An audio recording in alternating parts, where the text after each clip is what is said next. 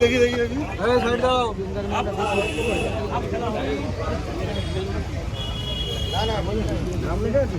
হ্যাঁ অর্জুনদার নাম। হ্যালো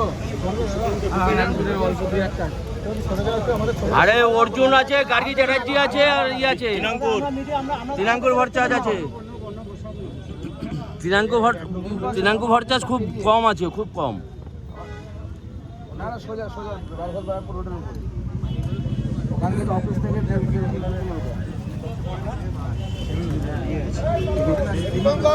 আপনি আসছেন ভোটার বক্সের নপাড়া এটা ভোট কেটে যেটা পড়ে যায় যতদূর সম্ভব নপাড়া কেন্দ্রের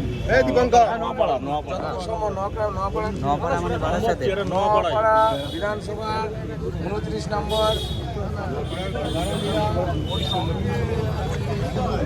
দাদা কিছু বলবে দা? হ্যাঁ আমরা এসে দেখছি এগুলো পড়ে রয়েছে বৃত্তান্ত। কি জিনিস দা? এগুলো হচ্ছে ভোটের যে ইভিএম স্লিপগুলো। হ্যাঁ এগুলো পড়ে রয়েছে, মিডিয়া এসে এখন কথা হচ্ছে।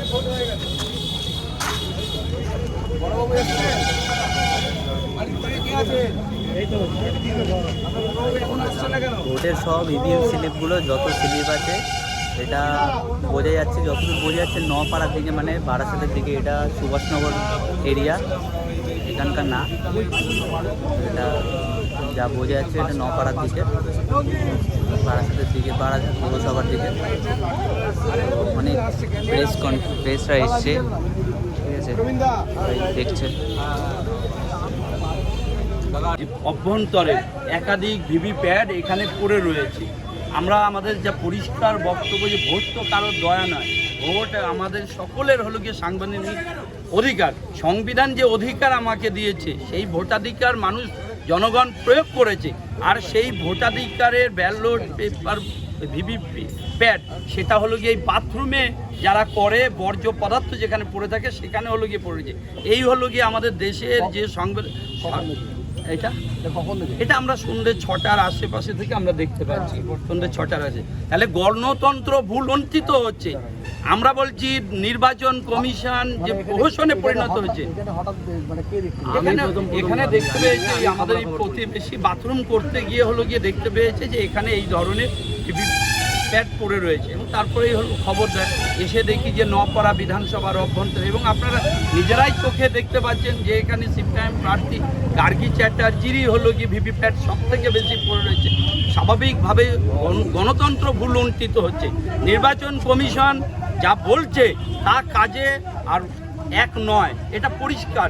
নির্বাচন কমিশন আটো তার এত ব্যবস্থাপনা, তারপরে হলো গিয়ে মানুষের যে রায়, গণতন্ত্রের আজকে বাথরুমের বর্জ্য পদার্থে পড়ে রয়েছে। এর প্রতিবাদ আমরা সকলেই জানাই। কিভাবে এখানে আসতে পারে, কি আন্দাজ অনুমান আপনাদের? এটা কিভাবে আসতে পারে এটা তো প্রশাসনকেই তদন্ত করতে হবে, নির্বাচন কমিশনকেই দেখতে হবে। যেটা থাকার কথা হলো গিয়ে নিরাপত্তার ঘেরাটোপে, আর তা পড়ে রয়েছে এই বর্জ্য পদার্থে। আশেপাশে কোনো সিসিটিভি আছে? আছে, এখানে তো বোধহয় এই বিল্ডিংয়ে সিসিটিভি আছে সম্ভবত। এই বিল্ডিংয়ের সামনের বিল্ডিংয়ে সম্ভবত আছে স্থানীয় পুলিশ প্রশাসনকে জানিয়েছি, সকলকেই জানিয়েছি। আমরা কমপ্লেনও করেছি নির্বাচন কমিশনে। আমরা জানিয়েছি ঘটনা আমাদের চোখে আমরা ধরা পড়েছে, আমাদের নজরে যখন এসেছে আমরা তারপরেই জানিয়েছি। আমরা 6:30টার আশেপাশে আমরা জানিয়েছি, প্রশাসনে এসছে। আপাতত স্থানীয় যে পুলিশ ফাঁড়ি আছে, নীলগঞ্জ ফাঁড়ি, সেই নীলগঞ্জ ফাঁড়ির পক্ষ থেকে 2-1 জন এসেছে। আর আপনারাই যারা সাংবাদিক বন্ধু, গণতন্ত্রের স্তম্ভ আপনারাই। আমার নাম কিশোর দে।